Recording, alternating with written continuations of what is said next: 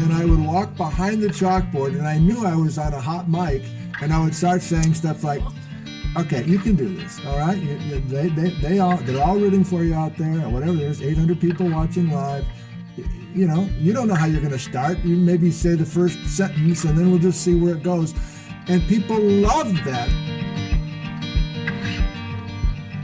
Hi, and welcome to Wonder, the Planet Earth podcast for curious people. I'm Holly Cook, joined as always by Earth scientist colleague Anthony Reid. And today, joining us live from Seattle, Washington, is Nick Zentner. Nick, I would like to start by asking you for a weather report. How's the weather looking on this fine day? Classic.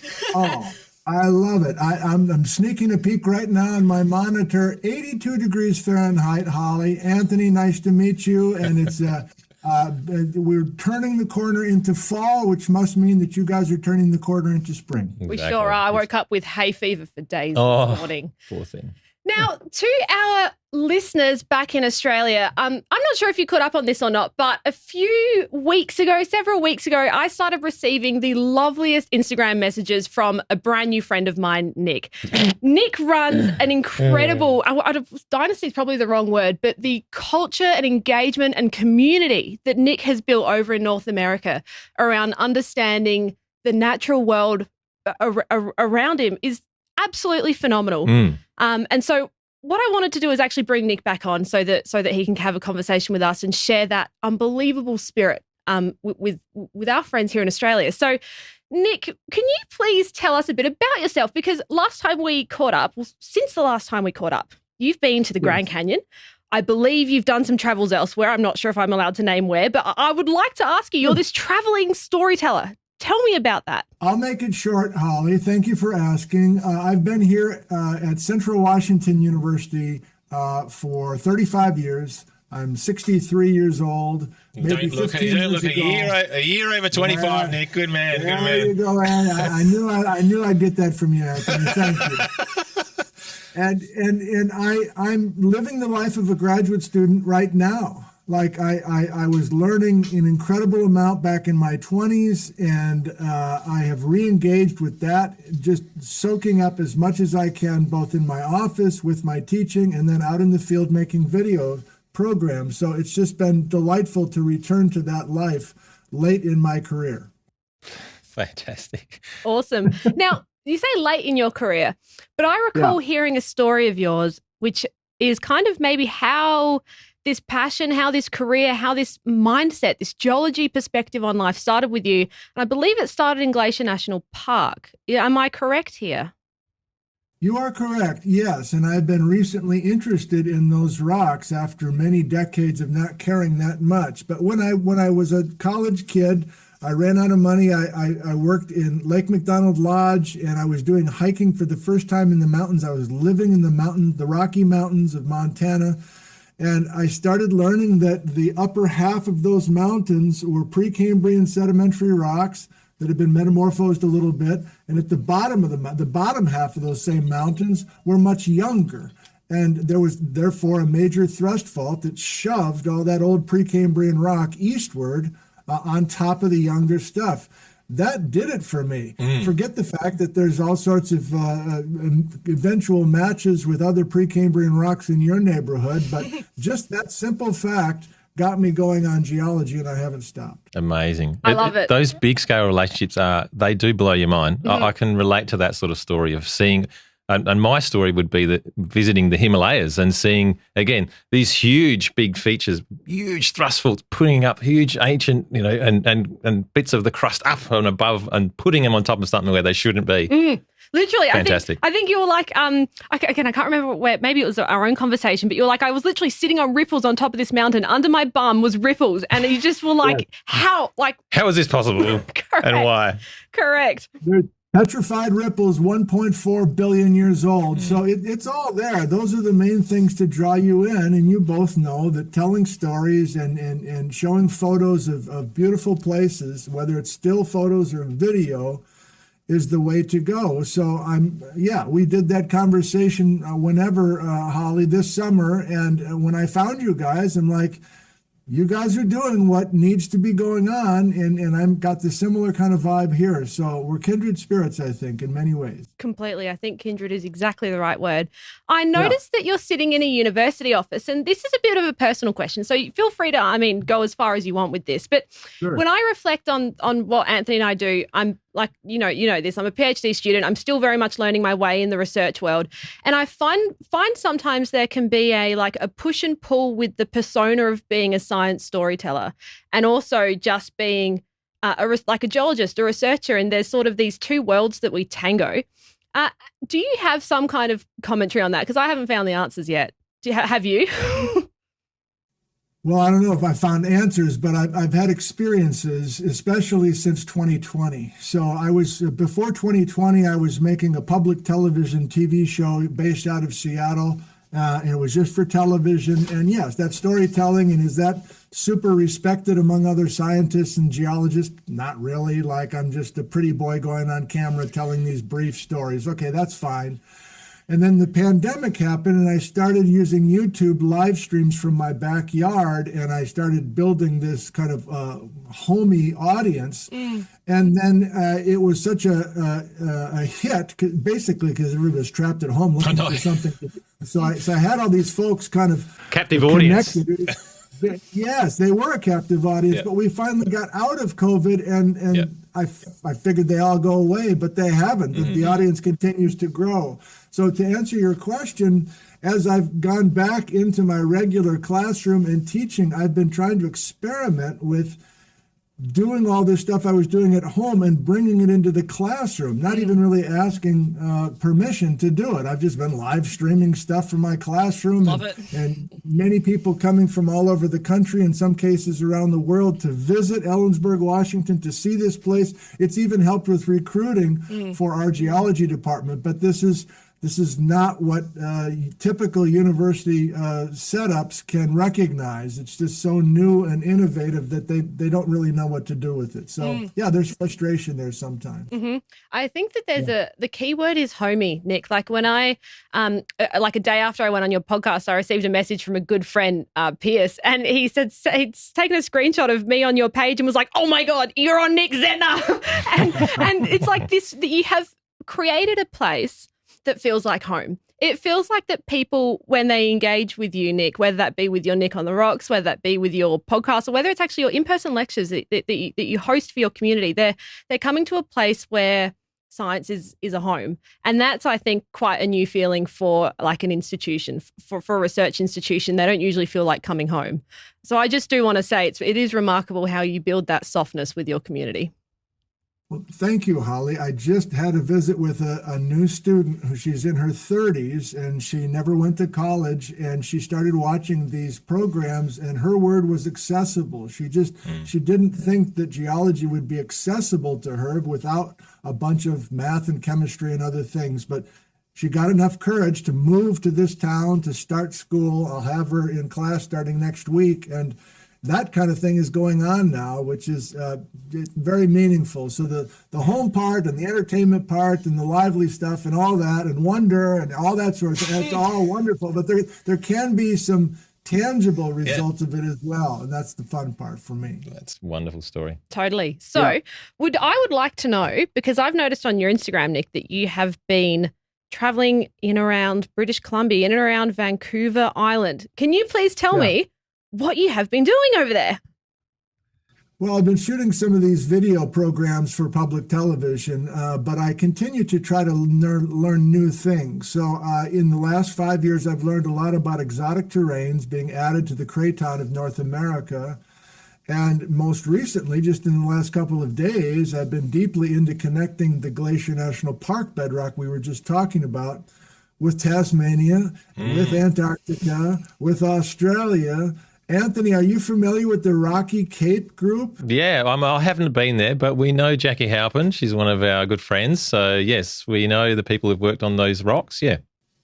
Well, I had a conversation with her yesterday. I was stunned that Tassie has more of a geologic connection to us than they have to you, at least if you go back that far, which is a mind blower to me.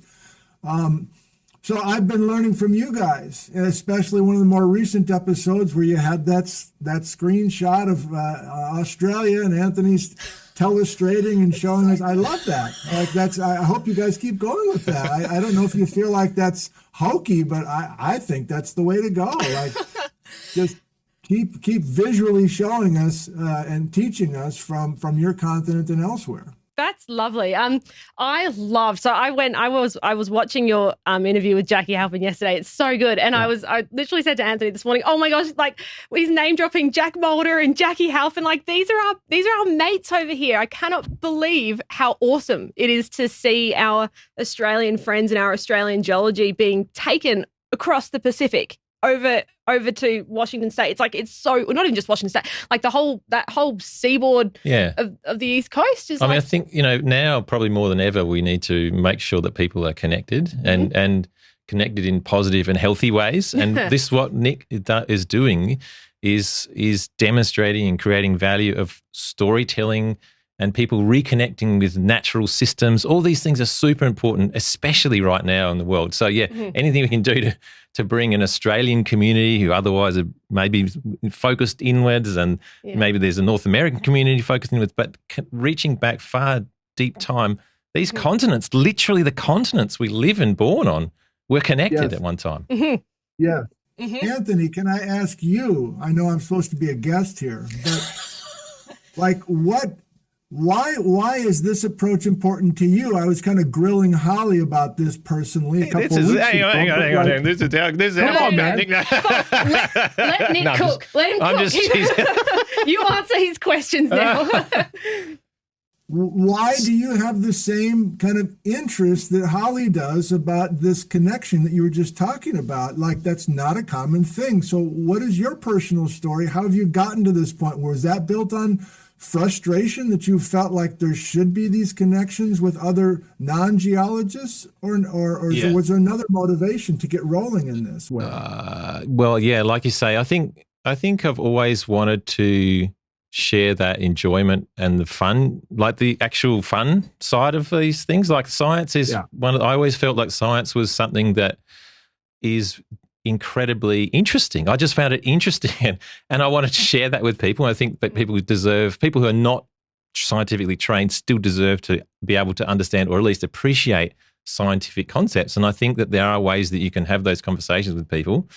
And I think as scientists, I think Holly said this before, it's our responsibility to communicate that as much as we can, to share that knowledge. Otherwise, what's the point? We're just, we're writing papers that we read each other's papers, we cite each other's papers, but where does that really get us, So I think, and geology in our discipline, we see ourselves, and we you go to, I'm sure you've been to conferences as well, Nick, where the geologists will get up and say, oh, we're the most important people at the foundational part of the whole, economic chain and all this sort of stuff. And it's like, that may be true because we do find stuff that we use, but no, probably not that many other people are thinking along that line. It just appears and we can buy it from the shop and it's all done. But so how do you bridge those gaps? I think is you have to tell stories. And Nick, you do that amazingly well. And I just love watching your videos when you're in the car, you've got your little phone, like tripod or not, what do you call it, little gimbal stick, and you're reading the map and we're here. And it's like talking with your mate about it. Oh, we're driving up to this rock now. That's a sediment. Is that a sediment? That's supposed to be a sediment, You're just sharing that journey of discovery, which is, discovery is such a foundational human experience as well. And geology is absolutely full of discoveries where you're looking for a copper deposit to find, or a niobium deposit, or whether you're looking to understand the whole Rocky Mountains and why they are the shape they are. I think we've got great stories to tell. So that's what I'm passionate about. It's so joyful. Like, and Anthony's on a good point about how you do this, Nick, so naturally, which is there's something really joyful about bringing people in on our little wonderful world. And that is actually sitting in a car, holding a map upside down, looking out the window going, upside down? I don't navigate. No, but that's true. Which way are we going? Correct. And it's so human. It's so human. And the way that you can bring people into what it is actually like on that day-to-day level as a geologist to go on these journeys, none of it really with you, Nick, is performative. That is how it feels like. The genuine thing is I try not to talk too much about it, but I guess I'm doing it here. Like if I think about it too much, I kill what I've got going in the community.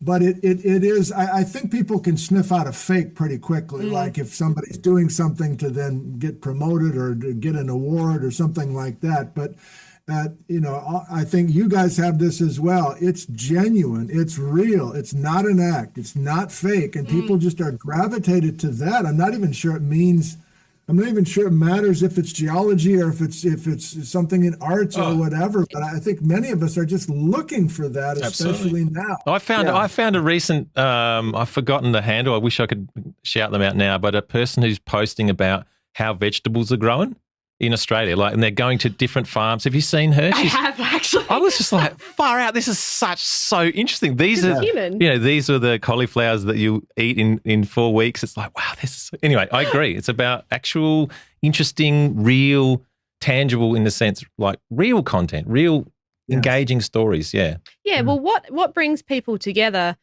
is each other. And I think that this is where in Australia, because we have such a huge resources industry, there can be this feeling in geology that you become a bit of an advertisement. Like if you are promoting the value of geology to society, usually it's because it's in some form of advertisement about why humans need the resources industry. Now that's true. That's a fact. I don't need to sit here and talk really for an extended period of time about why we've come to rely on minerals, metals, and raw materials, right? But that's kind of more boring and less important than the value that understanding nature brings to human life. That comes before anything. And that conversation should carry integrity, right? The integrity that conversation demands means that you can actually have critical thoughts about resources. It means you can actually interrogate these ideas. You can have these macroscopic, uncomfortable or peaceful or controversial perspectives, not from a place of advertising the value of geology in a material sense, but advertising the value of geology in the same way that it is valuable to understand the Big Bang, in the same way that it's valuable to understand the moons of Saturn, in the same way it's valuable to understand the evolution of koalas. Oh, shit, yeah. Sorry. Exactly, Nick. And I think, do you have that feeling too? I do, and I have not figured out how to monetize and literally involve endorsements and other things, and yet also have this authentic homespun thing. And so I've just chosen to just not deal with any sponsorships, or make sure you like and subscribe and hit the I don't want to do any of that stuff, man. I just feel like it takes away, at least for me. That's my personal taste. So I think I'm answering your question literally, like advertisements. But I think maybe the future. I mean, we can all get information now. Unfortunately, we can get our own information that works with our brains, and we don't want any new information that's going to conflict with that. We don't need to go there. But I think we touched on this a little bit last time, Holly. I think maybe in the next decade or two, these kinds of technological marvels, where we're sitting on opposite sides of the Pacific right now talking in real time, is somehow going to continue to connect people. And I don't know if that's been leaned into enough with genuine discussion in some kind of forum that doesn't feel like you're kind of manipulating the audience, or you're somehow just not as true as you need to be. So you guys are doing it, and it sounds like you are getting some backing now instead of just writing your own checks for this stuff. So that's good, but I don't know if there's many of us doing it this way and being allowed to just free form like this right now. That's okay. It's a blessing for now. It's a complete blessing. I absolutely have to go. I've got a company coming in to meet us. That's so right. I'm really sorry, Nick. It was great to talk to you. I hope we can catch up again, Nick. And if not, I'll try and hunt you down one day when I make it to the North America sometime. Great to meet you, Nick. Thank you. Thank you. See you, Holly. All right, get out of here. Well, this is the reality, right? Is maybe it's kind of hilarious that we're having this conversation just as Anthony needs to, actually go to his real paying job. Right. Right. So if we do a pivot Like I said, we've lost Anthony. Anthony's had to go to his job. It is a Friday morning here. As much as we do love these convos, we need to carry on with life. But Nick, while I've got you here, we have danced around this topic of Australia and North America as having this kind of geological kinship, but in particular Tasmania, because Tasmania is not quite like the mainland, and it's kind of this exotic, awesome terrain full of brilliant people. Love my Tassie friends, but there is this unbelievably cool connection and an old connection, over 1 billion years old, between Tassie and where you're sitting right now. How have you been thinking about this? Because I know you've been thinking about it. I have been thinking about it, and it was in part to prepare for this conversation with you guys, because I wanted some connection between Australia and the west coast of North America, the Laurentia, as we call Old North America. But much to my surprise, I don't know if there's a lot of Australian connections specifically with us. Even though you guys were in the neighborhood, it does sound like the best matches of these 1.4 billion-year-old rocks that are not far away from my house here in Ellensberg, Washington, and this northwestern Tasmania area that has the Rocky Cape group matching perfectly with our belt supergroup rocks. I'm stunned at the amount of detrital zircon matching, the other kinds of chemistry of those layers. And yeah, I've done a couple of interviews in the last basically 24 hours, one with Jackie Halpin, another one with Rich Gashnig from the University of Massachusetts Lowell. The cool thing to me, and the relief to me, is that I was getting two supercontinents confused in my mind. We're talking about Nuna, we're talking about Rodinia, and both of those supercontinents have a role in not having a Pacific Ocean and having you guys right next door to us. And both of them essentially admitted that there's still major confusion geologically about, did that first supercontinent that we're talking about, Nuna, truly break up? And was there a vast ocean? And then did we get Rodinia having you guys come back to our shore? Or maybe they never really left. So I love that connection. And Tasmania apparently is the best connection and the bridge between North America and Australia. Oh, I love it, Nick. Like, so this is, I'm so surprised and glad that we're having this particular geological conversation, because I went to Northwest Tasmania earlier this year, and I walked down to Jack Mulder's office, who we've had on the podcast, who's been I've known him for a long time. His fiancee Laura supervised my honours, and I walked down to his office because these guys are proud Tassies and they're proud Tasmanians, and I sat down and I was like, right, I don't know anything about Tasmanian geology. I feel like a complete foreigner in that kind of world. Tell me about it. And for the next couple hours, I get a really remarkable conversation out of him, where he's got his whiteboard and he's drawing Nuna, and he's going through 1.5 billion years of history. And he's I can tell he's looking at the whiteboard and he's like, look, me and a mate, Andrew Meredith, who is someone else that we've had on the podcast, have been talking about this for a while. And that is, there is a pesky set of paleomagnetic data that suggests that there was a period of time where you were on opposite sides of the world, and it's good data. It is a legitimate data set out there. However, where is the geological record that would eliminate that space again and somehow bring them back along the same path? Like, you are meant to build mountains, you're meant to close basins.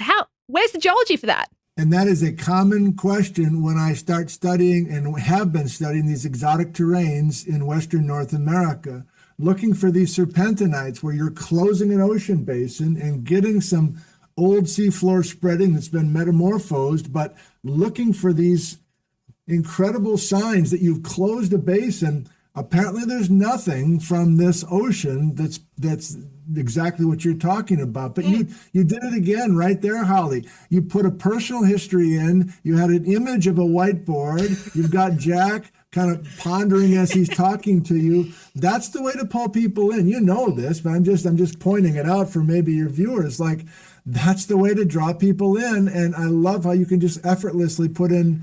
It sounds like that was a recent trip down there, but that's the way to make this sing for many different kinds of people. Oh, that's kind. Do you know what I sometimes get like mad anxiety about, Nick, is the fact that I actually have a sieve for a memory. I've got like, I like how my brain works, but it's not without flaws. There's some big holes in there sometimes. And, you know, there's a level of detail or precision that I just, as a person, like I'm okay being open about where my flaws are. Sometimes I don't have a good memory. So sometimes talking about things like, or even 3D thinking about geological, like supercontinents, you just said, I got confused about continents. Mate, I can't picture a map of the globe in deep time for the life of me. I just can't do it. It's not how my brain works. Right. No.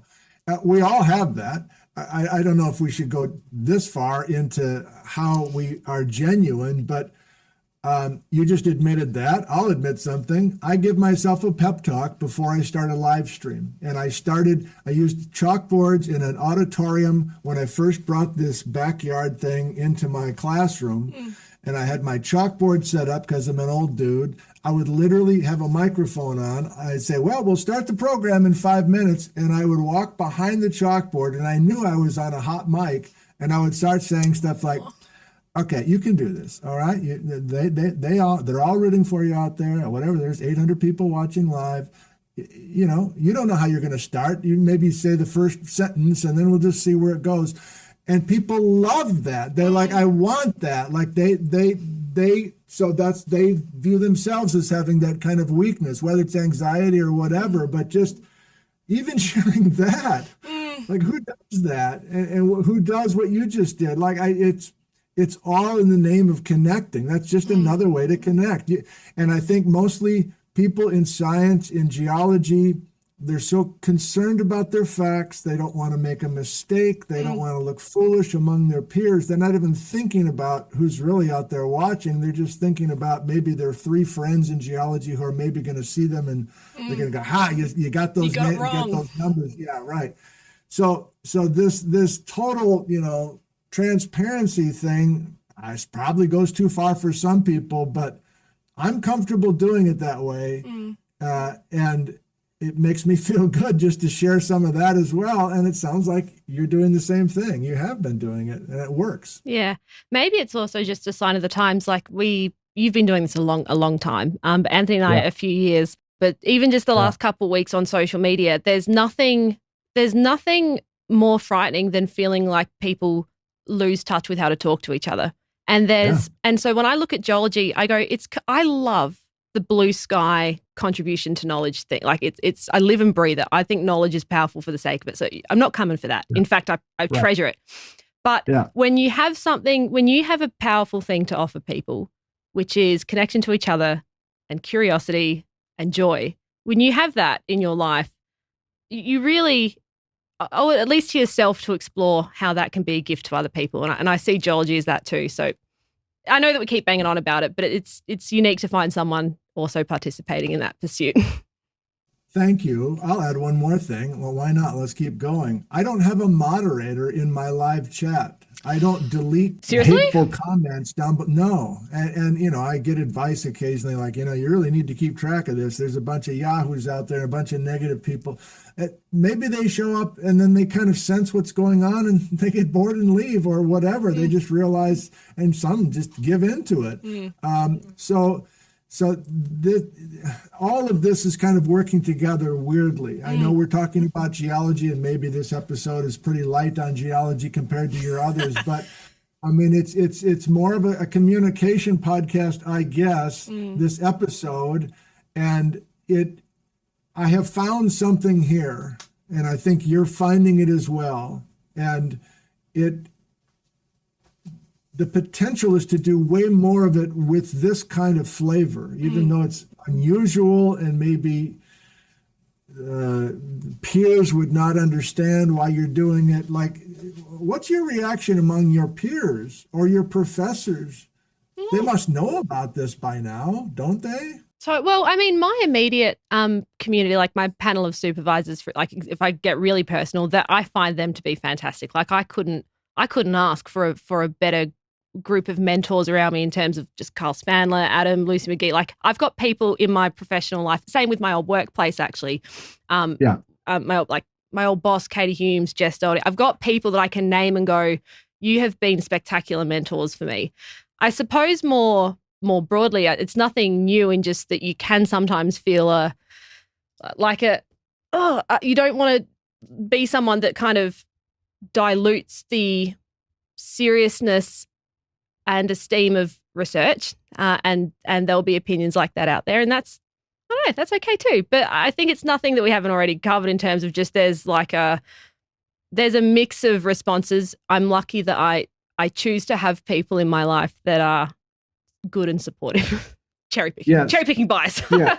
I mean, and there's ways to do this and get into some nitty gritty stuff, which you have been doing with your guests, and which I have leaned into pretty hard. I mean, these are some of the leaders in North American tectonics in my case, and many of them can see what I'm doing. They know that I'm not dumbing it down. I'm looking for narratives. I'm trying to connect between geologists who don't otherwise talk to each other. I'm not pitting them against each other. I'm just naively saying, I just heard this from somebody else. And you're saying something, what's the story?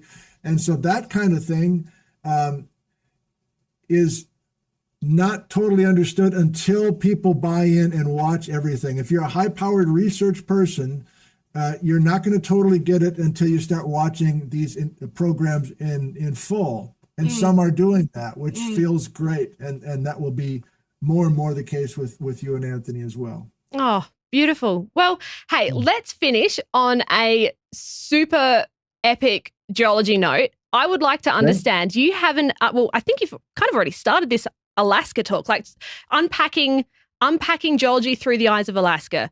Let's finish on that fantastic note. Tell me what's the fireworks happening in your brain at the moment with everything Alaska.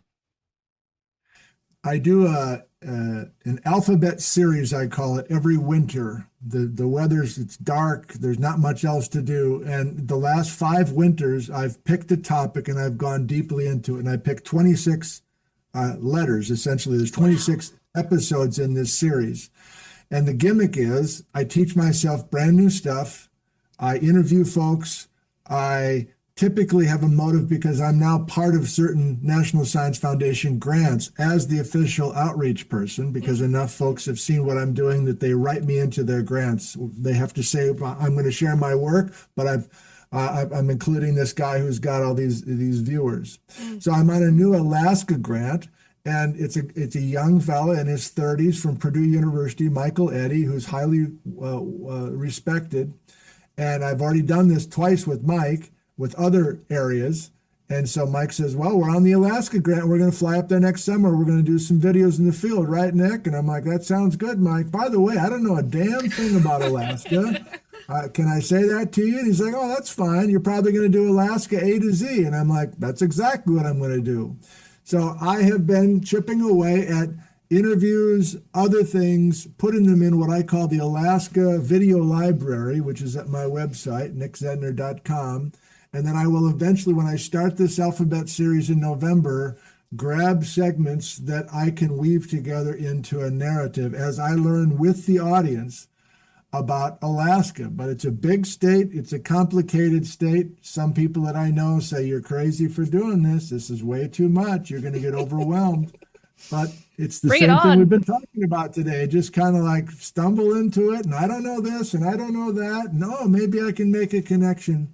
So that's what's coming starting in early November of this year. Oh my God, I love it. You guys heard it here first. If you're after a form of escapism across the Pacific into the exotic lands of Alaska, Nick's your man from November. So Nick, please tell, where can we find you?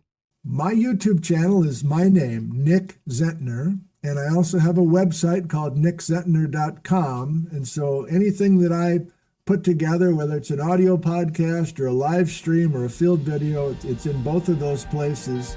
And I have many Australian, Tasmanian viewers that are always, I mean, and I know that many of my folks have been kind of supporting you and making comments and sending emails. So let's just keep shining spotlights back and forth between the North America and Australia. Perfect. And my spidey senses are going off. I think I know who I'm going to haul onto a Zoom call so that we can unpack this Australia-North connection more. So this will not be our last conversation on Wonder, Nick. Very good. All right. Please do go and find Nick online. He's a dear friend of ours, and frankly, the support has been phenomenal, Nick. The friendship is lovely. So lovely. Thanks for reaching out all those weeks. It will now come months ago. And here's to the next conversations we're going to have. Here's to you, Holly. Thank you. This has been really fun.